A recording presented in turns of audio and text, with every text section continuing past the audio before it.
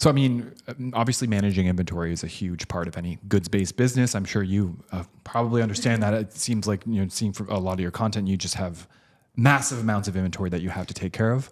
So I was just wondering kind of like how do you, manage your stock levels? How do you, to make sure that, everything's getting shipped efficiently and effectively? Well, for inventory, it's just hard.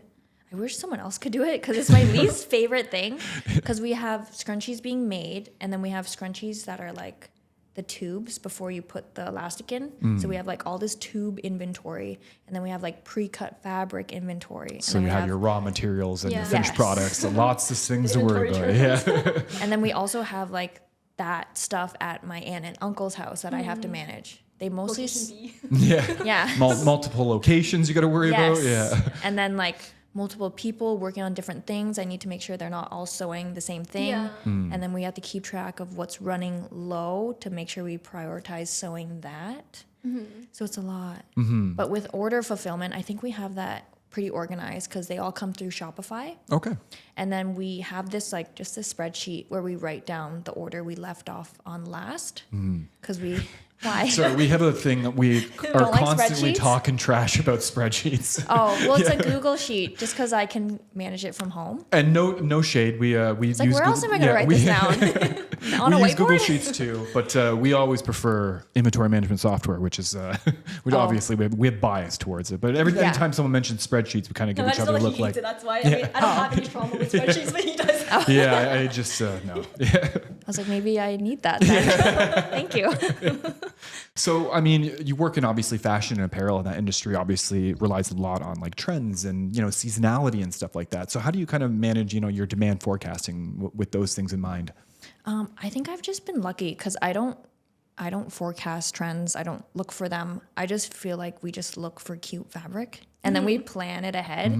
Like this Valentine's drop, it actually sold out and I wasn't expecting that. That's awesome. And then we have spring collections coming up, so we plan for seasons. Okay. Like we do colors and stuff for seasons, but we don't plan specific trends. And I'm lucky my mom actually picks out some fabric. Oh, nice. Hers Okay. usually sell out first. Oh, really? Oh, so she's got like Yeah. the magic touch then.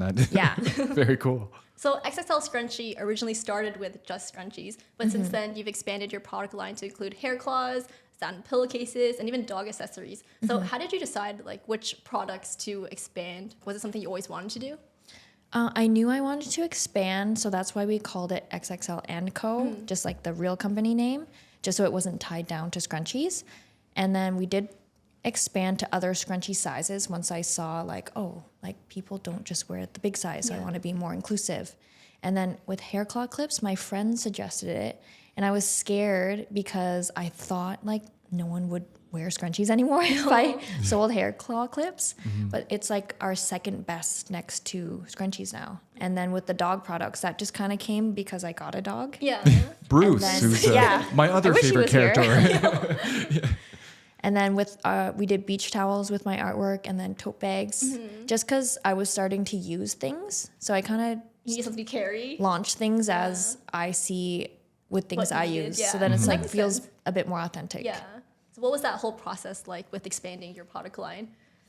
It was a little nerve wracking because you're always taking a risk, and you can't just sell like one item. You have to like make a couple things to sell. So it's always a risk and a chance to take. So, I mean, obviously that's going to expand your SKUs, your product offerings quite a bit. So did that change how you kind of, your processes like in-house? Did you change how you managed your inventory, how you fulfilled your orders, or did you maybe set things in place that were kind of scalable in the beginning? I think it changed because we did add barcodes to all of our products. Yay. We love barcodes. And SKUs, lots of SKUs, Yeah. which I never did before because we would just sell scrunchies and I would memorize where everything was. Like we wouldn't even organize it in alphabetical order, but now it is. And then it's organized by SKU. And then once the product started growing so much and the team, I was like, okay, they can't operate like me. I need to like put systems in place so people can be trainable as well. So it just kind of grew as we started getting more products. Do you still fulfill your orders kind of all the same way since that? No, before I was like reading I would look on the iPad at the order and I would memorize the order and then I would go grab it and then I would go look at it again and be like, okay, I missed one, and then go grab it, which is so bad. I did that for so long. And then we started printing off packing slips, which had like a list, so I could walk around with that. But I would still walk around with it and just like grab. So if someone ordered 2 things, even if we circled it, I would only grab 1.